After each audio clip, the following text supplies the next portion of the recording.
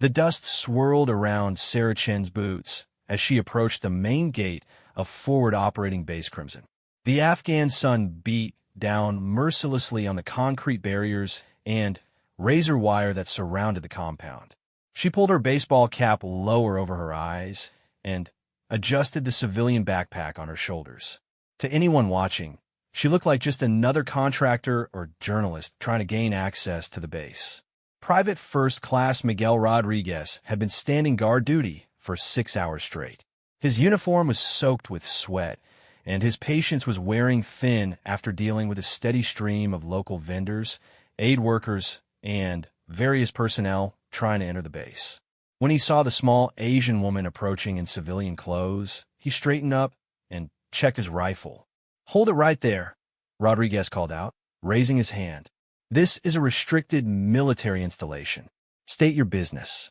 Sarah stopped about 10 feet from the gate and looked up at the young soldier. She could see the fatigue in his eyes and the tension in his shoulders. She had been in his position many times before she earned her captain's bars and knew how difficult guard duty could be in this environment. "I need to get inside," Sarah said calmly. "I have a meeting with Colonel Morrison at 1,400 hours. Rodriguez looked her up and down suspiciously.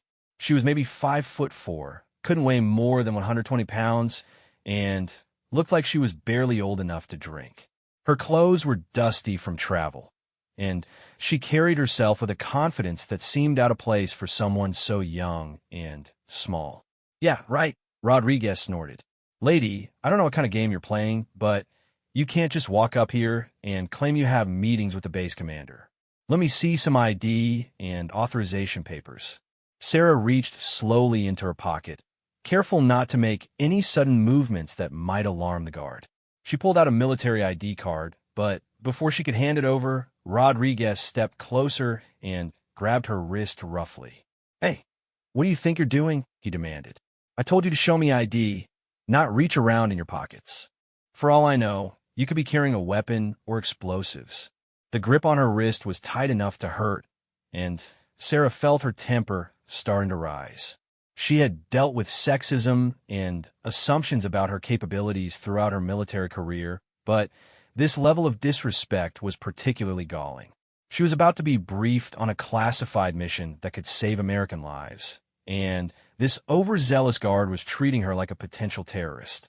"Private, I need you to let go of my wrist and look at my identification," Sarah said, keeping her voice level but firm. "I'm exactly where I'm supposed to be at exactly the right time." "Don't tell me what to do, lady," Rodriguez shot back. "I'm in charge of security at this gate, and I don't take orders from some random civilian who shows up here claiming to have meetings with officers way above her pay grade." Rodriguez tightened his grip and started to pull Sarah toward a small security booth next to the gate. "Come on, we're going to sort this out properly. I'm going to search your bag and run your ID through the system. Then we'll see just how important you really are." Sarah planted her feet and stopped moving. "Private Rodriguez," she said, reading his name tape, "I'm going to give you one chance to release me and examine my identification properly. After that, this situation is going to become very unpleasant for you." "Are you threatening me?" Rodriguez asked, his voice getting louder. "Because threatening a United States soldier is a serious offense. Maybe I should call the MPs and have you arrested for attempting to infiltrate a military base." Other soldiers near the gate were starting to notice the commotion. A few began walking over to see what was happening. Sarah could see Sergeant First Class Williams, one of the more experienced NCOs, approaching from the guard shack. "There's no need for that," Sarah said. "Just look at my ID card. Everything you need to know is right there." Rodriguez finally released her wrist and snatched the ID card from her hand. He glanced at it quickly without really reading the information. "Sarah Chun, Department of Defense contractor," he read aloud. "Contract number, wait, this doesn't look right.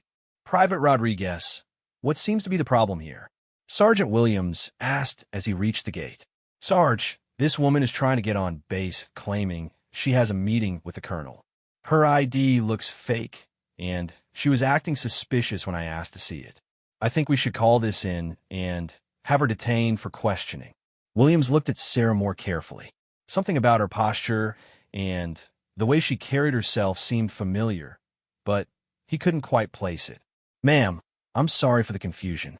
Can I see your identification?"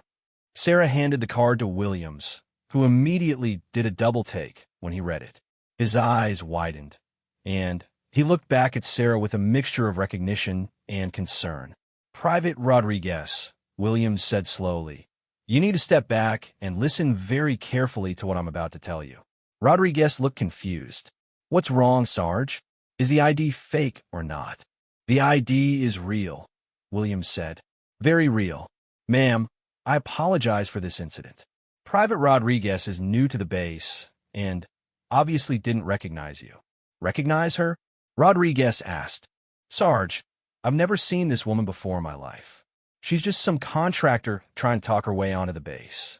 Williams handed the ID card back to Sarah with a respectful nod. "Ma'am, would you like me to escort you to the colonel's office? I can make sure there are no further delays." Sarah looked at Rodriguez, who still seemed completely oblivious to the situation. She could have him written up for improper conduct, failure to follow identification procedures, and inappropriate use of force. His career could be seriously damaged by this incident.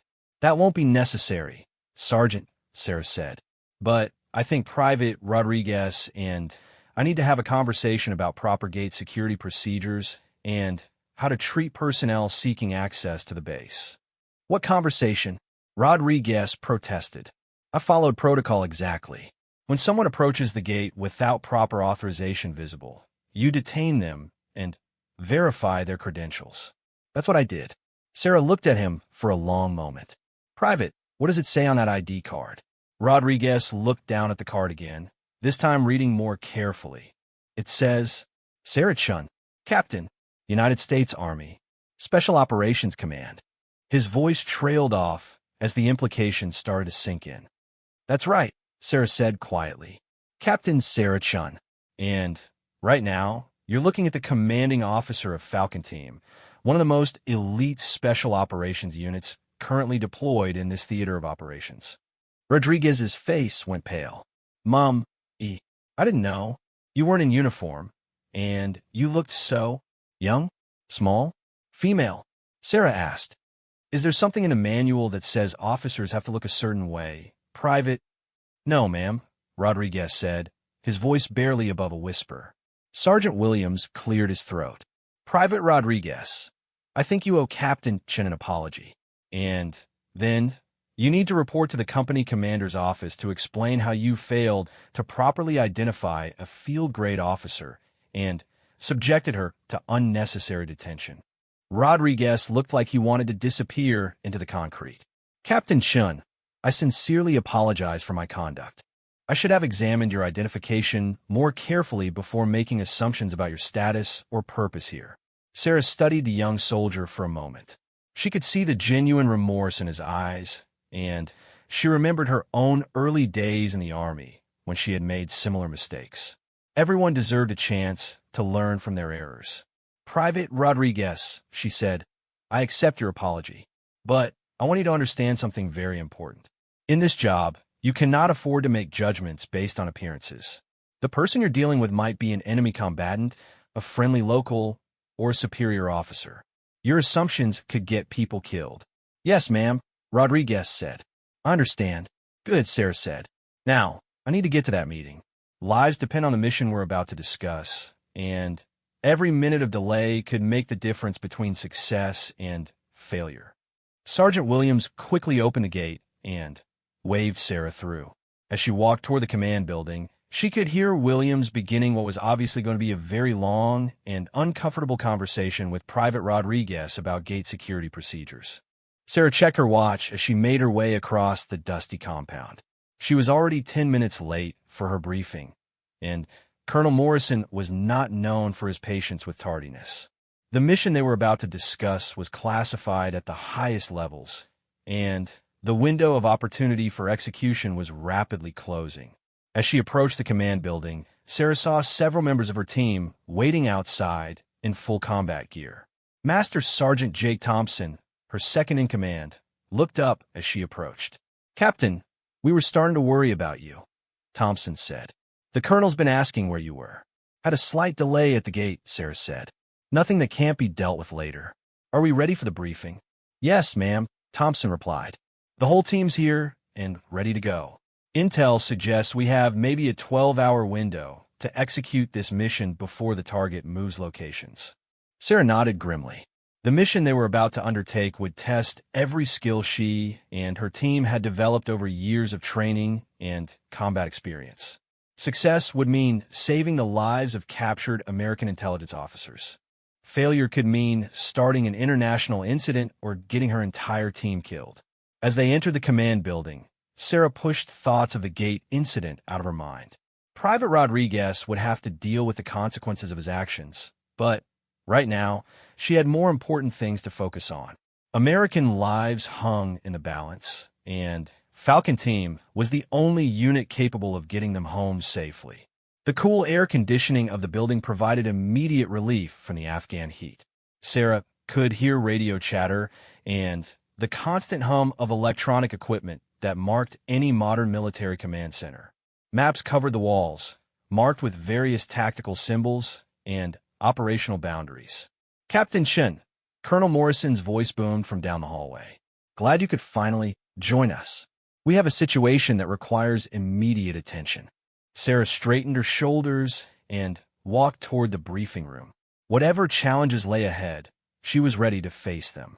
After all, she hadn't earned her position through luck or connections. She had proven herself in combat situations that would have broken lesser soldiers. Behind her, Master Sergeant Thompson gathered the rest of Falcon Team. These men had served with Sarah through multiple deployments and trusted her leadership implicitly. They didn't care that she was small or young or female. They cared that she brought them home alive after every mission. The gate incident was already forgotten as Sarah focused on the task ahead. In a few minutes, she would learn the details of their next mission, and shortly after that, Falcon Team would once again prove why they were considered one of the finest special operations units in the United States military. Colonel Morrison stood at the head of the briefing room table, his weathered face showing the strain of command in a hostile environment. Digital displays covered the walls showing satellite imagery, tactical maps, and real-time intelligence feeds from across the region. The air conditioning hummed steadily, but the tension in the room was palpable. Gentlemen, Captain Chun, Morrison began, nodding to Sarah as she took her seat at the table. What I'm about to tell you is classified top secret. 3 days ago, we lost contact with a two-man intelligence team operating in the Kunar province. Captain James Fletcher and Sergeant First Class David Martinez were conducting surveillance on suspected Taliban leadership when their last transmission cut off mid-sentence. Sarah leaned forward, studying the satellite images displayed on the main screen. She could see the mountainous terrain where the intelligence officers had been operating, a maze of ridgelines and valleys that provided countless hiding places for enemy forces. Sir, what was their last known position? Asked Master Sergeant Thompson. Morrison pointed to a red marker on the digital map. Here, approximately 15 kilometers northeast of the village of Asadabad. Drone surveillance suggests they were captured, not killed. We have thermal imaging showing multiple heat signatures moving toward a compound in this valley. The colonel switched to a different satellite view showing a fortified compound nestled in a narrow valley. Sarah could see defensive positions, multiple buildings, and what appear to be guard towers at strategic points around the perimeter. Intelligence suggests this compound is being used as a high-value detention facility by Taliban forces under the command of Mullah Bashir Ahmad. Morrison continued. He's been responsible for the capture and execution of at least 6 coalition personnel over the past 18 months. Staff Sergeant Rodriguez, the team's communications specialist, raised his hand. Sir, have we received any proof of life? Any demands for prisoner exchange?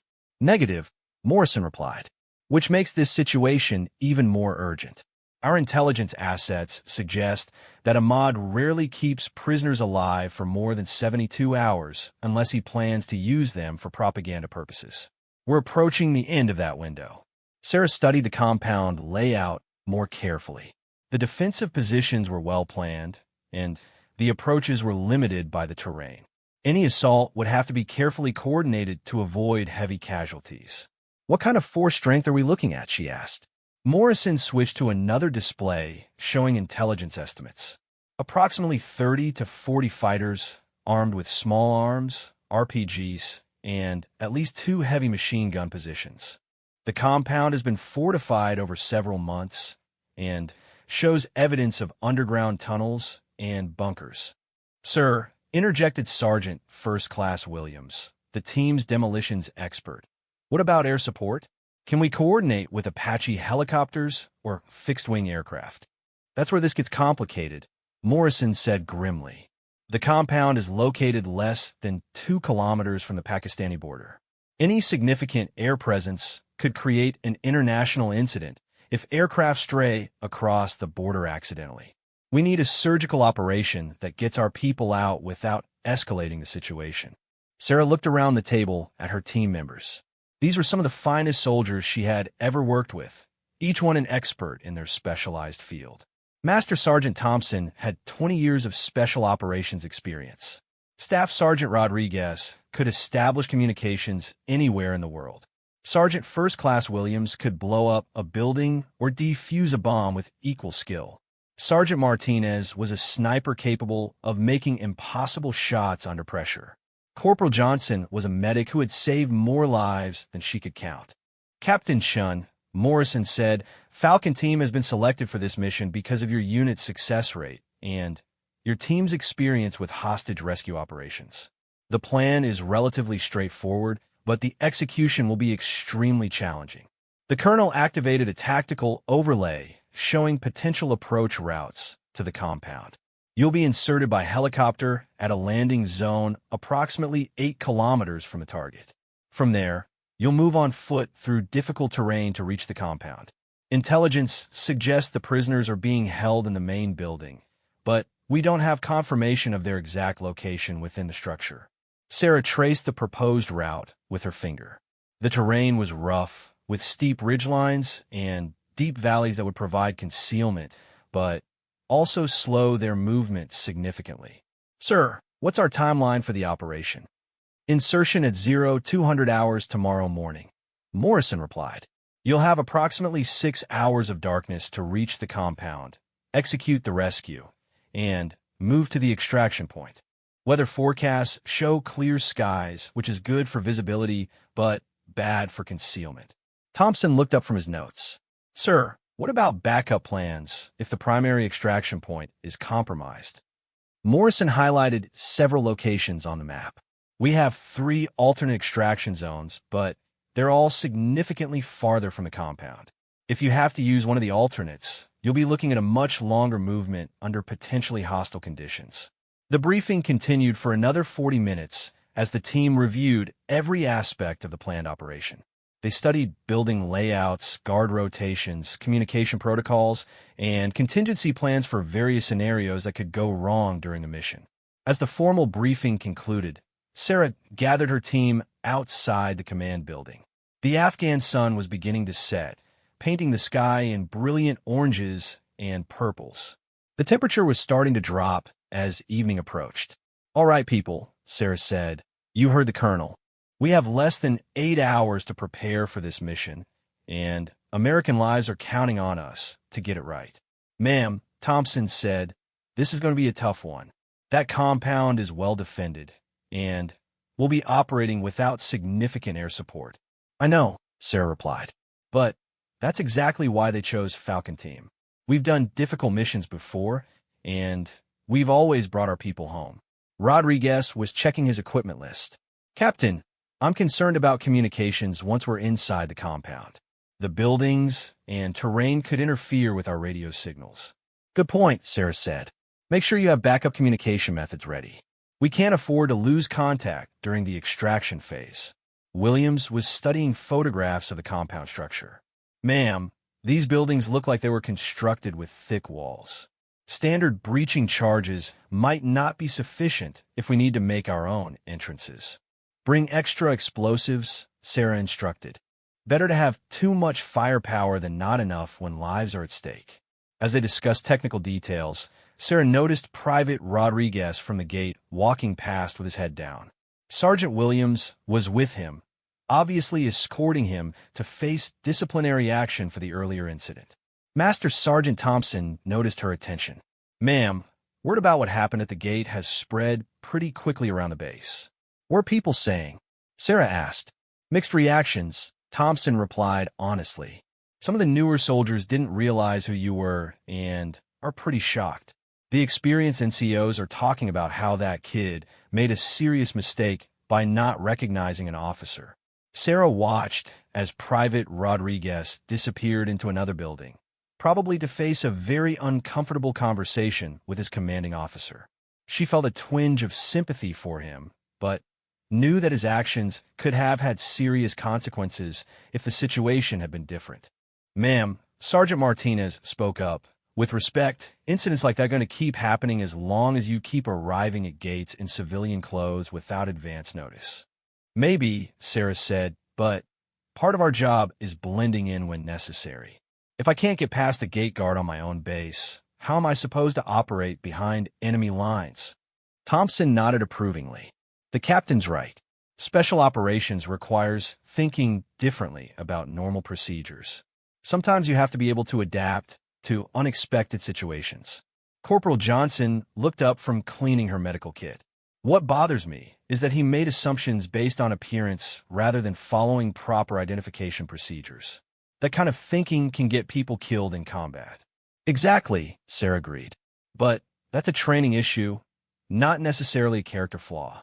Everyone makes mistakes early in their career. The important thing is learning from them."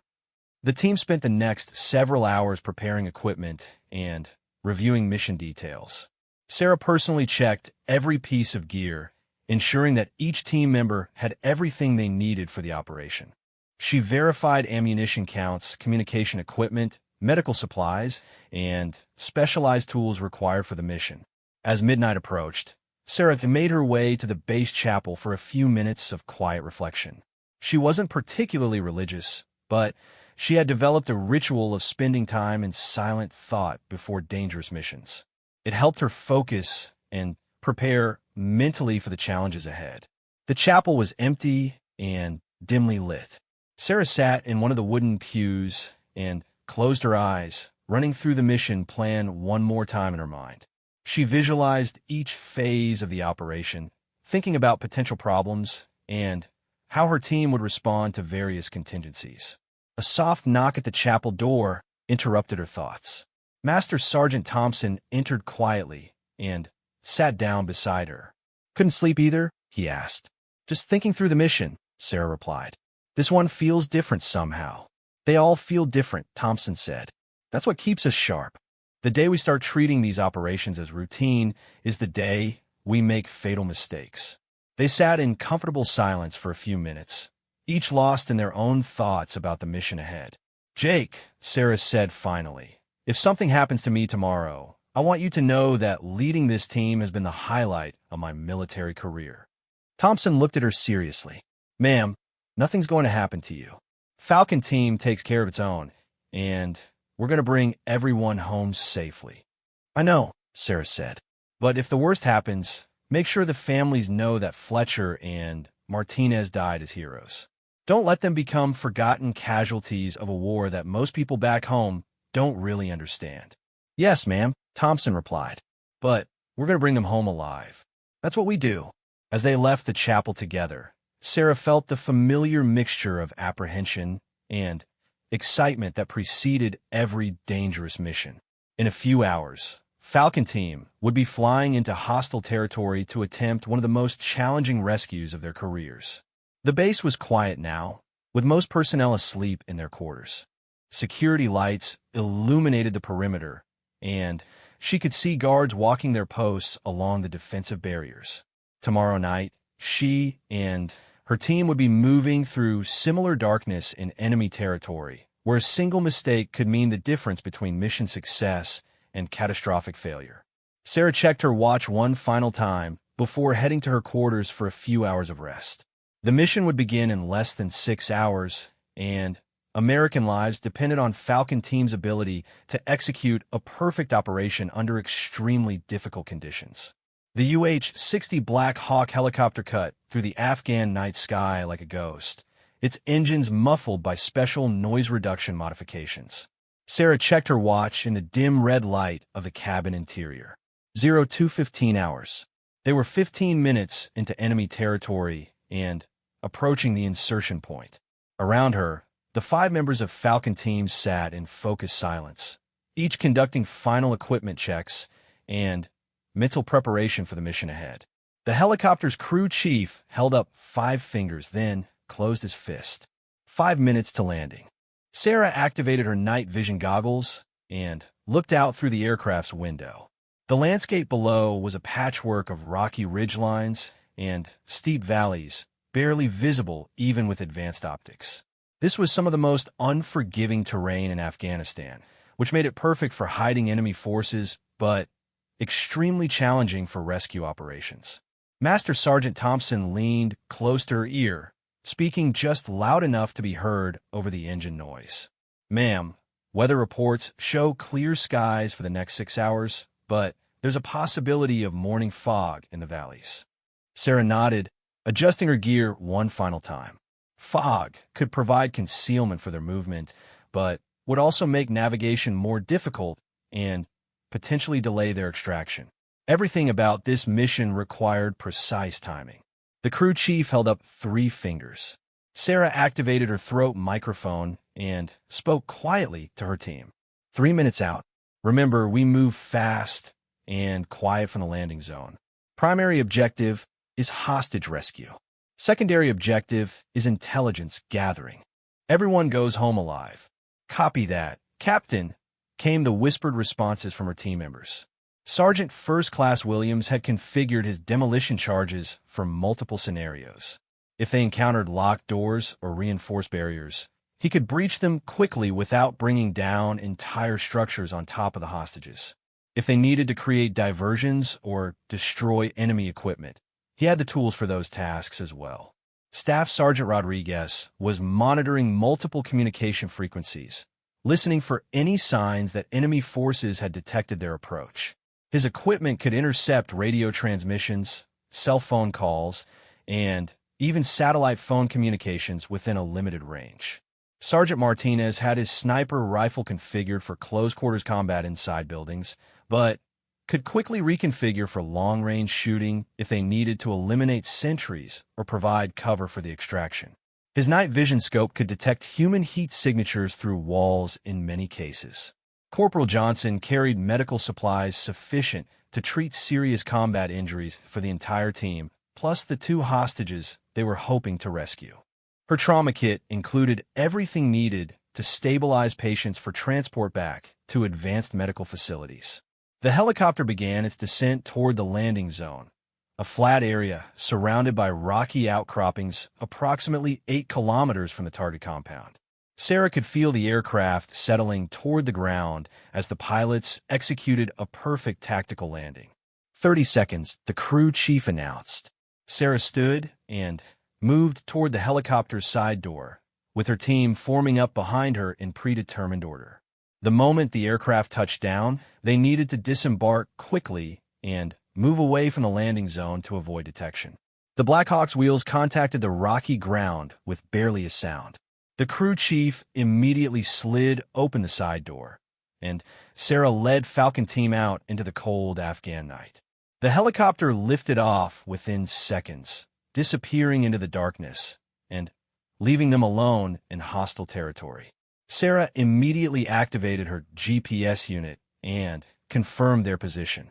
They were exactly where they needed to be, with 8.2 kilometers to cover before reaching the compound.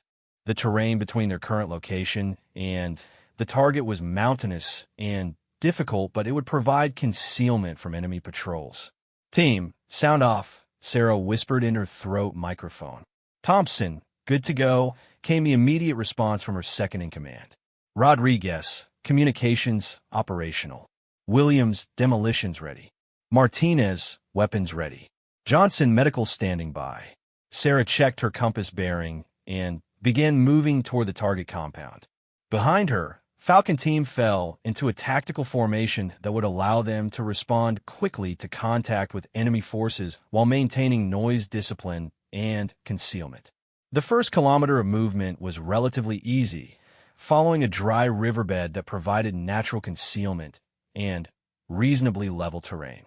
Sarah set a pace that would get them to the target on time without exhausting her team before the assault phase of the mission. After 40 minutes of movement, they reached the base of a steep ridgeline that they needed to cross to reach the valley containing the enemy compound. Sarah called a halt to rest and reassess their timeline.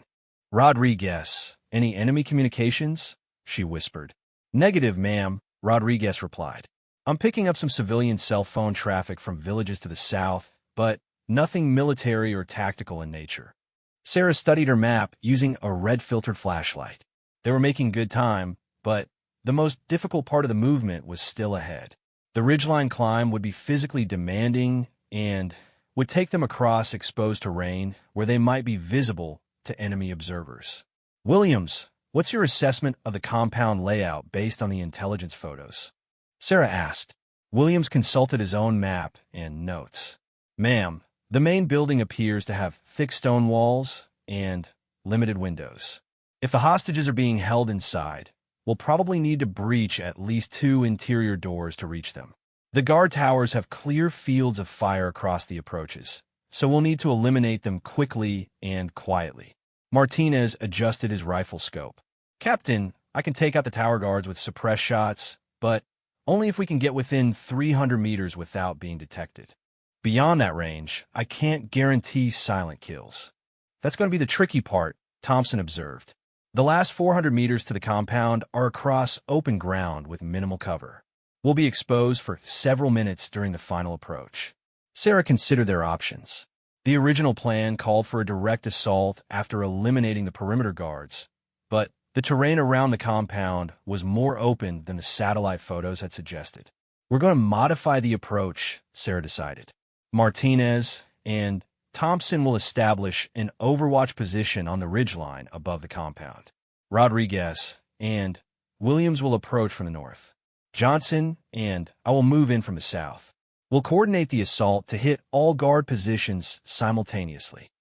The team spent 10 minutes adjusting their plan and synchronizing watches. Each element would need to move independently for the next phase of the operation, which increased the risk but also improved their chances of achieving surprise. Sarah and Corporal Johnson began their movement toward the south side of the compound, using a narrow ravine for concealment.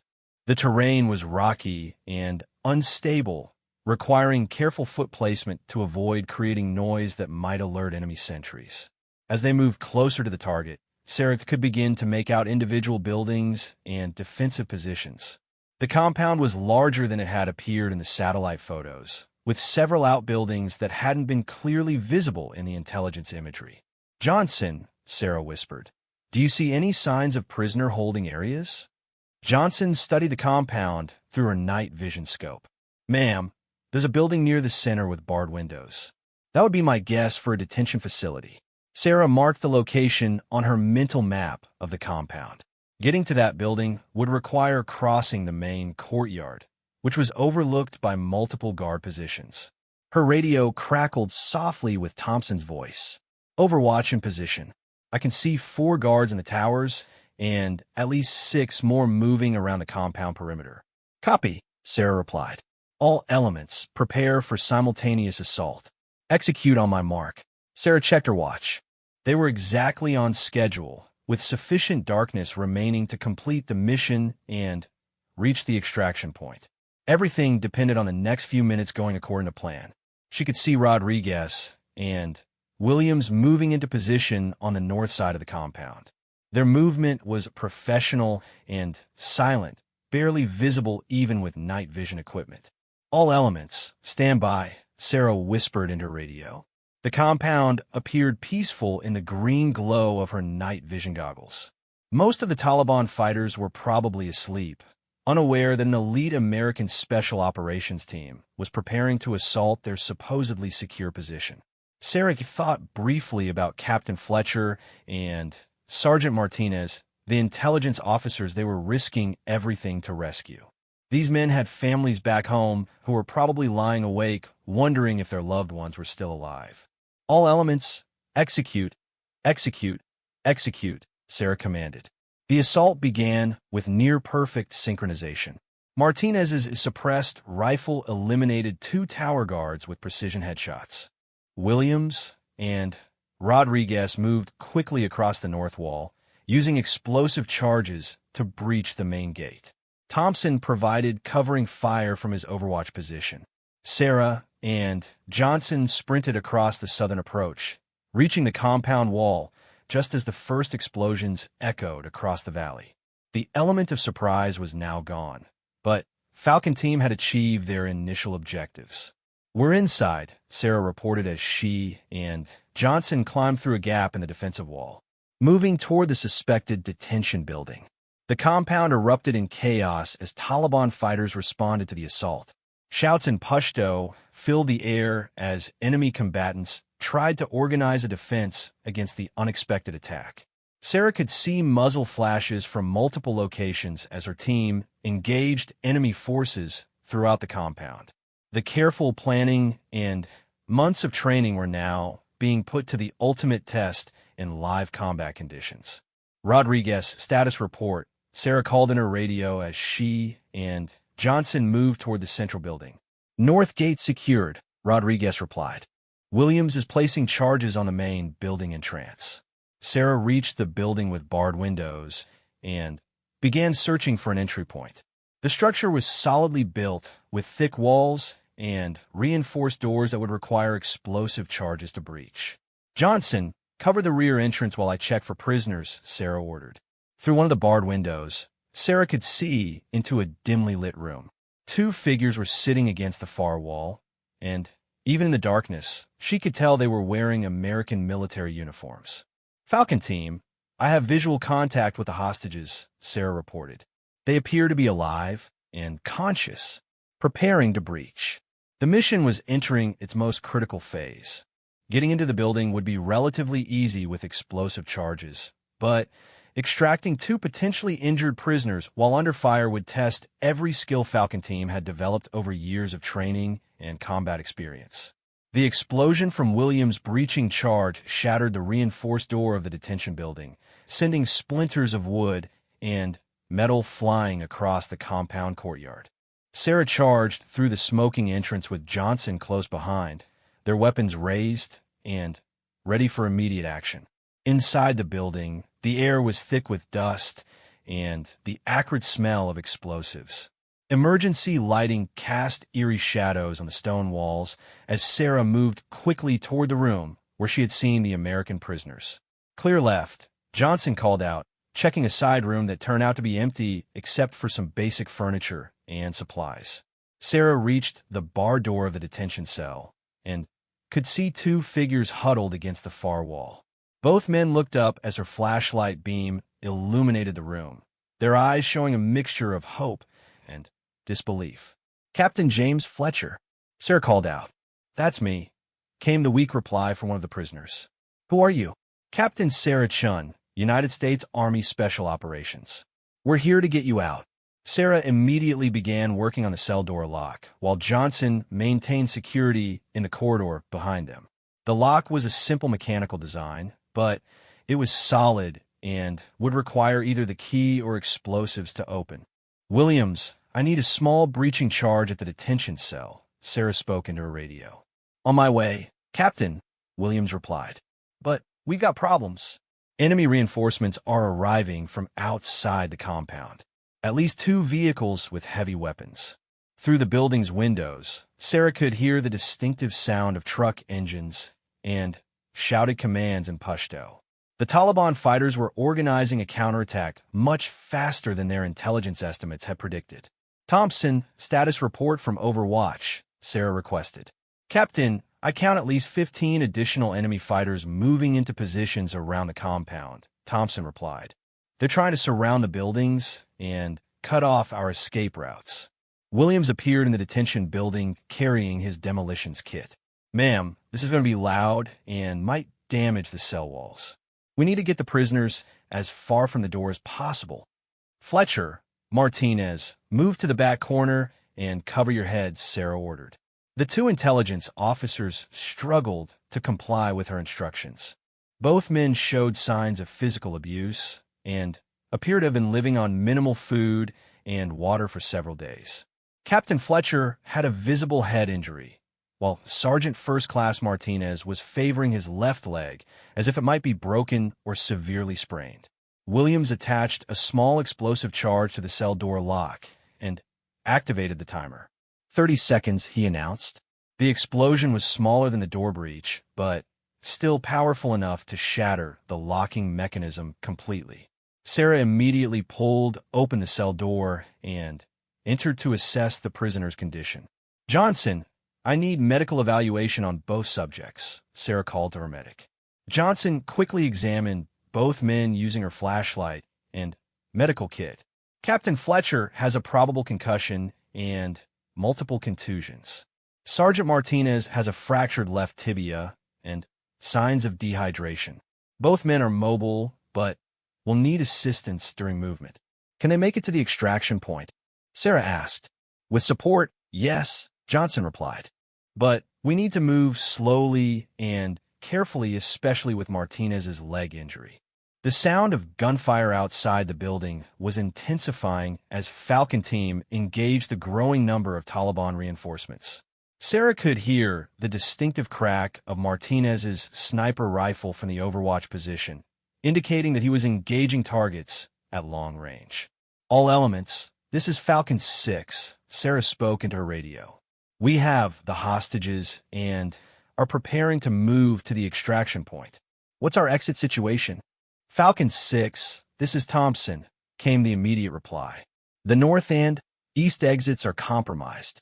Enemy forces are setting up blocking positions on our primary escape route.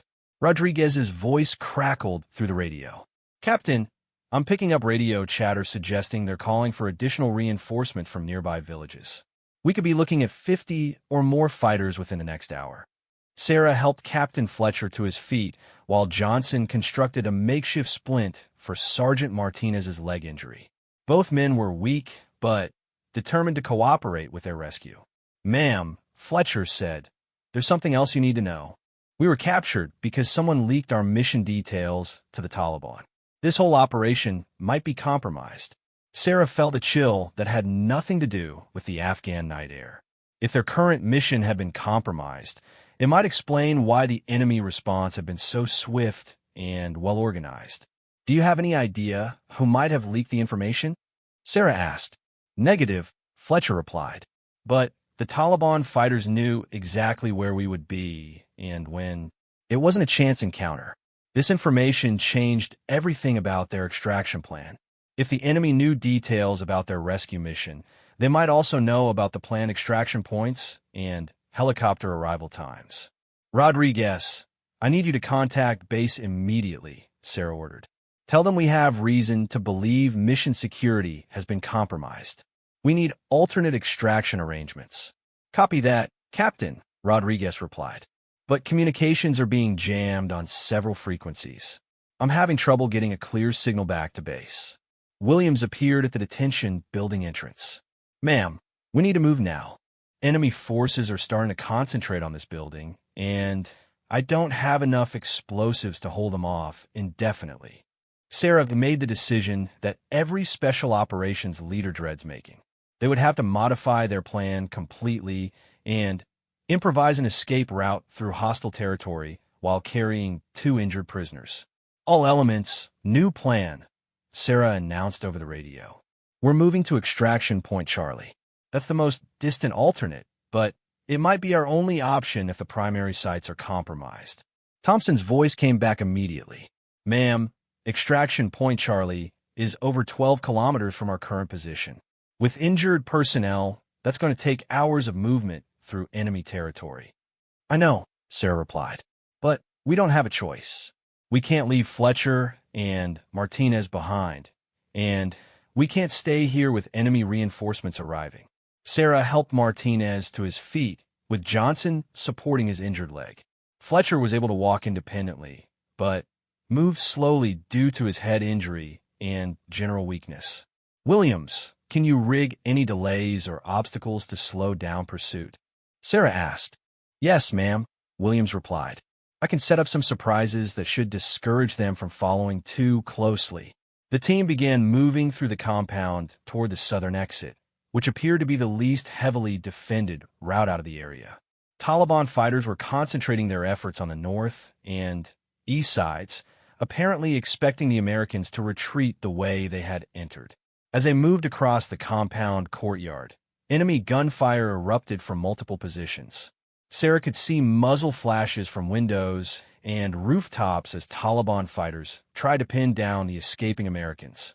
Martinez, light them up, Sarah called to her sniper, who was still in his overwatch position on the ridgeline above the compound.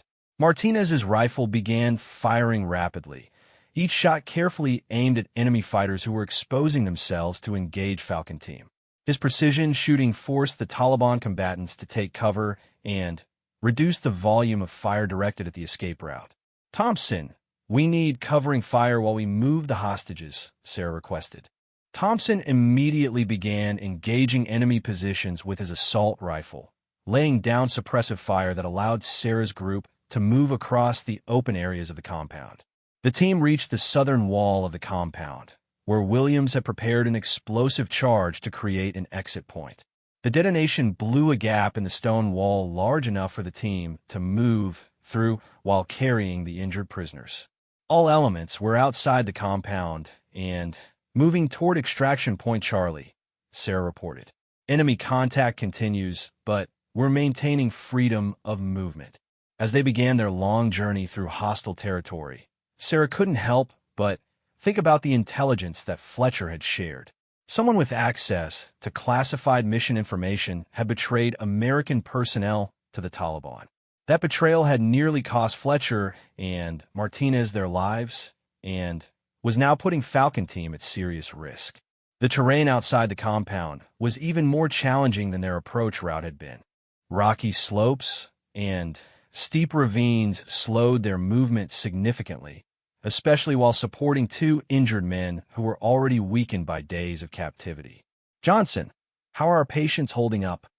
Sarah asked after they had been moving for 30 minutes. Fletcher is doing okay, but Martinez is struggling with a leg injury, Johnson replied. We're going to need to stop for medical treatment soon, or he won't be able to continue. Behind them, Sarah could hear vehicle engines and shouted commands as Taliban forces organized a pursuit. Williams' delayed explosive devices were apparently causing some confusion and casualties among the enemy forces, but it would only slow them down temporarily. Rodriguez, any luck with communications? Sarah inquired. I'm getting through on emergency frequencies, Rodriguez replied. Base is aware of our situation and is working on alternate extraction arrangements, but they can't guarantee helicopter support until we reach a secure landing zone. Sarah checked her GPS unit and calculated their remaining distance to Extraction Point Charlie. At their current pace, carrying injured personnel through difficult terrain, it would take at least 6 hours to reach the alternate pickup site. Dawn was still 4 hours away, but they would be traveling in daylight for part of their journey. All right, people, Sarah said to her team. This is going to be a long night. We stick together, we move carefully, and we get everyone home alive. That's what Falcon Team does. The sound of pursuit vehicles was getting closer, and Sarah realized they were facing the most challenging phase of their mission. Getting into the compound and rescuing the hostages had been the easy part. Getting out alive while carrying wounded personnel through 12 kilometers of hostile territory would test every skill and bit of endurance her team possessed. Dawn was breaking over the Afghan mountains as Falcon Team reached the crest of the final ridgeline before Extraction Point Charlie. Sarah checked her watch and realized they had been moving for over 8 hours through some of the most difficult terrain she had ever encountered. Behind them, the sounds of pursuit had faded as Taliban forces lost their trail in the maze of rocky valleys and steep slopes. Sergeant First Class Martinez was barely conscious, supported between Thompson and Williams as they made their way down the rocky slope toward the designated landing zone. Captain Fletcher was in better condition, but still showed signs of the concussion and exhaustion from his captivity. "Rodriguez, what's the status on our ride home?" Sarah asked through her throat microphone. "Captain, I have intermittent contact with base," Rodriguez replied. "They confirm helicopters are en route to Extraction Point Charlie, but they're running about 30 minutes behind schedule due to mechanical issues with one of the aircraft." Sarah looked around at her team and the two rescued intelligence officers. Everyone was exhausted from the night-long movement through hostile territory, but they had accomplished their mission. Fletcher and Martinez were alive and would soon be receiving proper medical treatment at a military hospital. Corporal Johnson was checking Martinez's leg splint and monitoring his vital signs. "Ma'am, he needs immediate medical attention. The fracture may have shifted during our movement, and he's showing signs of shock from blood loss and dehydration." "How long can he hold out?" Sarah asked. "He needs to be in surgery within the next few hours," Johnson replied. "But he's stable enough for helicopter transport if we can get him there soon." Sarah activated her GPS unit and confirmed their position at the extraction point. They were exactly where they needed to be, in a small valley that provided adequate landing space for helicopters while offering some protection from enemy observation. "Thompson, set up a defensive perimeter," Sarah ordered. "Williams, check for any signs of enemy activity in the area. We're going to be exposed here until the helicopters arrive." As her team established security positions around a landing zone, Sarah sat down next to Captain Fletcher to debrief him about the circumstances of his capture. "Sir, you mentioned that someone leaked information about your mission to the Taliban," Sarah said. "Can you provide any more details about that?" Fletcher looked up with tired but alert eyes. "Captain Shun, the Taliban fighters who captured us knew exactly where we would be conducting surveillance. They were waiting in position when we arrived at our observation post. It wasn't random patrol contact. Do you have any suspects?" Sarah asked. "The mission details were only shared with a handful of people at different command levels," Fletcher replied. "Someone with access to classified operational information betrayed us. The question is whether they also had access to your rescue mission details." Sarah thought about the swift enemy response they had encountered at the compound. The Taliban forces had been better organized and more numerous than intelligence estimates had predicted.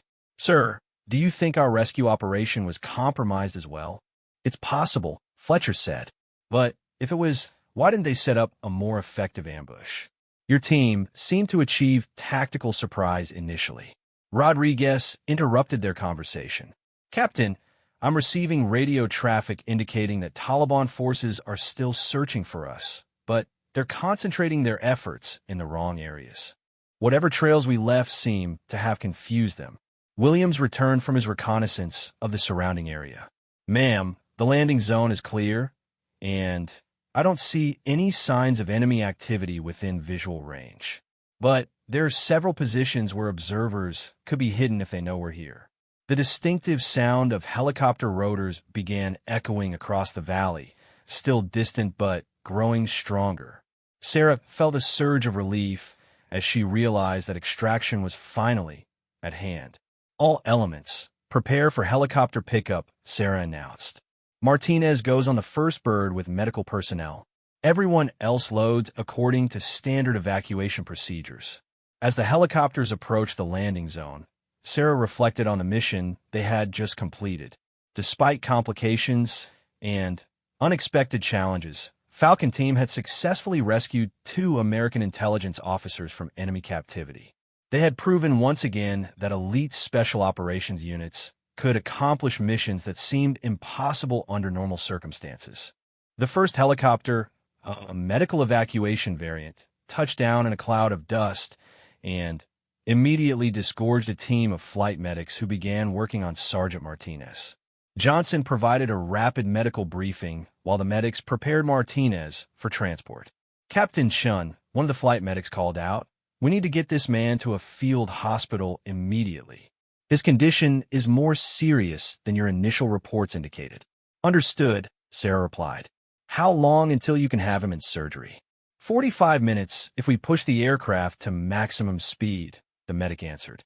The second helicopter landed as the medical aircraft lifted off with Martinez and two of the flight medics. Sarah watched it disappear over the ridgeline, knowing that the injured sergeant would soon be receiving the advanced medical care he desperately needed. "All right, people, let's go home," Sarah said as her team and Captain Fletcher boarded the remaining helicopter. As they lifted off from the extraction point, Sarah looked down at the rugged Afghan landscape where they had spent the past 12 hours fighting for their lives and the lives of two fellow soldiers. The mission was complete, but the investigation into who had compromised their intelligence operations would continue. The flight back to forward operating Base Crimson took less than an hour, a stark contrast to the 8 hours they had spent moving on foot through enemy territory. Sarah used the time to write her initial after-action report and think about the lessons learned from this operation. When the helicopter touched down at the base landing zone, Sarah was surprised to see Colonel Morrison waiting with several other senior officers and a small crowd of enlisted personnel. Word about the successful rescue mission had apparently spread throughout the base. As Falcon Team disembarked from the aircraft, they were greeted with applause and congratulations from their fellow soldiers. Sarah felt embarrassed by the attention, knowing that successful missions were the result of careful planning and teamwork rather than individual heroism. "Captain Shun," Colonel Morrison approached as the crowd began to disperse. "Outstanding work. Both Fletcher and Martinez are alive because of your team's professionalism and courage." "Thank you, sir," Sarah replied. "But we still need to investigate how enemy forces obtained information about classified operations. Someone with security clearances has been compromising American personnel." "Already in progress," Morrison said. "Military intelligence is conducting a full investigation into potential security breaches. Your mission report will be an important part of that investigation." As they walked toward the command building, Sarah noticed Private Rodriguez standing near the gate where their confrontation had occurred less than 24 hours earlier. He snapped to attention as she approached. "Ma'am," Rodriguez said nervously, "I wanted to apologize again for my conduct yesterday. I've learned a valuable lesson about making assumptions and following proper procedures." Sarah stopped and looked at the young soldier.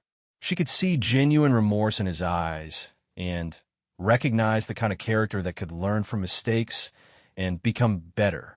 "Private Rodriguez," she said, "everyone makes errors in judgment, especially early in their careers. The important thing is learning from those mistakes and never repeating them. How has your gate duty been since yesterday?"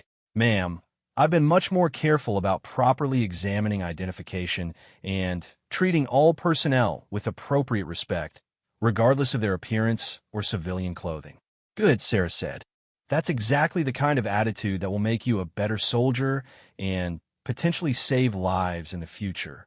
As they continued toward the command building, Master Sergeant Thompson walked beside Sarah. "Ma'am, the troops are calling you a hero for bringing Fletcher and Martinez home alive." "We're all heroes," Sarah replied. "Every member of Falcon Team performed their duties with exceptional skill and courage. This was a team effort from beginning to end." Thompson smiled. "Yes, ma'am, but word is getting around that you personally carried Martinez for several kilometers when he couldn't walk on his own." Sarah shrugged. "Anyone on the team would have done the same thing. We don't leave people behind, no matter what." Inside the command building, Sarah spent the next several hours writing detailed mission reports and being debriefed by intelligence officers about the security breach that had compromised Fletcher and Martinez. The investigation would continue for weeks, but the immediate priority was ensuring that no other American personnel were at risk from leaked information. Late that evening, Sarah received word that Sergeant Martinez had successfully undergone surgery and was expected to make a full recovery. Captain Fletcher was being treated for his concussion and the effects of his captivity, but was already asking when he could return to duty. As Sarah finally made her way back to her quarters for some much-needed rest, she reflected on the events of the past 24 hours. The confrontation at the gate with Private Rodriguez seemed like ancient history compared to the life and death mission they had just completed. She thought about the lessons that applied to both situations. Assumptions based on appearances could lead to serious mistakes, whether in evaluating the threat level of an approaching person or in underestimating the capabilities of a small woman in civilian clothes. Professional competence and moral courage were more important than physical size or gender in determining a person's ability to accomplish difficult missions. Sarah also thought about the investigation into the security breach that had nearly cost Fletcher and Martinez their lives. Someone with access to classified information had betrayed American personnel to enemy forces. That betrayal represented a failure of trust that could have consequences far beyond this single incident. As she prepared for sleep, Sarah felt satisfaction in knowing that Falcon Team had once again proven themselves capable of accomplishing missions that others might consider impossible. They had brought 2 American soldiers home alive from enemy captivity, and that was what mattered most. The respect she had earned from her fellow soldiers wasn't because of her rank or her position as team leader. It was because she had demonstrated under the most challenging conditions that she was willing to risk everything to bring her people home safely. That was the kind of leadership that inspired absolute loyalty and trust from the men and women who served under her command. Tomorrow would bring new challenges and new missions, but tonight Sarah Chun could rest knowing that she had upheld the finest traditions of the United States Army Special Operations Command. 2 families back home would soon learn that their loved ones were safe, and that was worth every risk Falcon Team had taken to make it happen.